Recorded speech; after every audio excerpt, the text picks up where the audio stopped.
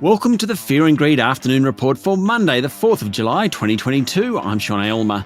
Every afternoon, we've got the 5 things that happened today that you need to know about. Let's jump into it. Story number 1. The S&P ASX 200 rose 1.1% today to close at 6,613 points, led by gains among energy stocks and real estate companies. Santos jumped 3.3%, while Woodside Energy finished 2.7% higher. Among the real estate investment trusts, Goodman rose 2.8%, and Dexus and Scentre Group finished 2.3% higher. All the major banks did well, rising around 1%. CSL jumped more than 2%, while Wesfarmers was 2.5% higher. BHP ended down 0.4%. The best of the top 200 was biotech Imugene, up nearly 13%. The worst was fund manager Magellan Financial. It dropped 10% after veteran senior manager Frank Cararotti said he'd retire next year. Gaming group PointsBet was another poor performer, down more than 6%. Story number 2. Prime Minister Anthony Albanese's trip to Kyiv has been welcomed by Ukrainian officials as an important signal that the West was standing up to Russia. Mr. Albanese travelled by train to the capital overnight and promised another $100 million worth of military aid, including 12 armoured personnel carriers and 20 Bushmasters, which are used to deploy troops quickly.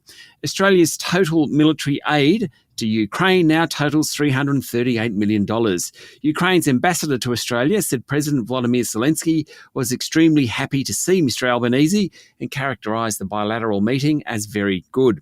Meanwhile, French ambassador to Australia, Jean-Pierre Thebault, yesterday said his nation trusts Australia under the Albanese government following what he called the unfortunate events of last year. That, of course, is when Australia tore up its contract with France to manufacture submarines.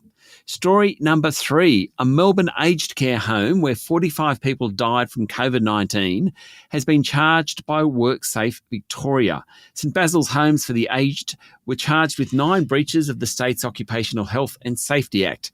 The regulator alleges that in July 2020, after it was notified that a worker tested positive to COVID-19, St Basil's failed to make workers wear personal protective equipment. It also alleges it failed to train workers adequately and verify that staff were competent using protective equipment. 94 residents and 94 staff ultimately tested positive for the coronavirus, and 45 people subsequently died. Story number 4. There was a little bit of economic news around today. Dwelling approvals were up 10% during May, thanks to a steep rise in approvals for apartments and units. Approvals for houses actually fell. Western Australia, Tasmania and Queensland led the way there, according to the Australian Bureau of Statistics. And the value of new housing loan commitments rose 1.7% to $32.4 billion during May.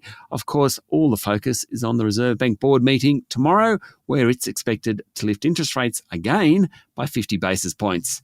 And finally, story number 5. Beijing is racing to stamp out a new COVID flare-up that risks one of the country's most significant economic regions. Infections have surged in the eastern province of Anhui, with nearly 1,000 coronavirus cases reported since late last week. Towns in the region have been locked down. Now, the province is next door to Jiangsu, which is the second biggest contributor to China's economic output.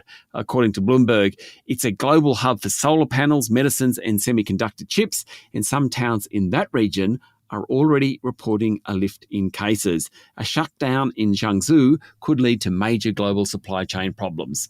That's it for the afternoon report for Monday, the 4th of July, 2022. Michael Thompson and I will be back tomorrow morning for the Tuesday edition of Fear and Greed. I'm Sean Aylmer. Enjoy your evening.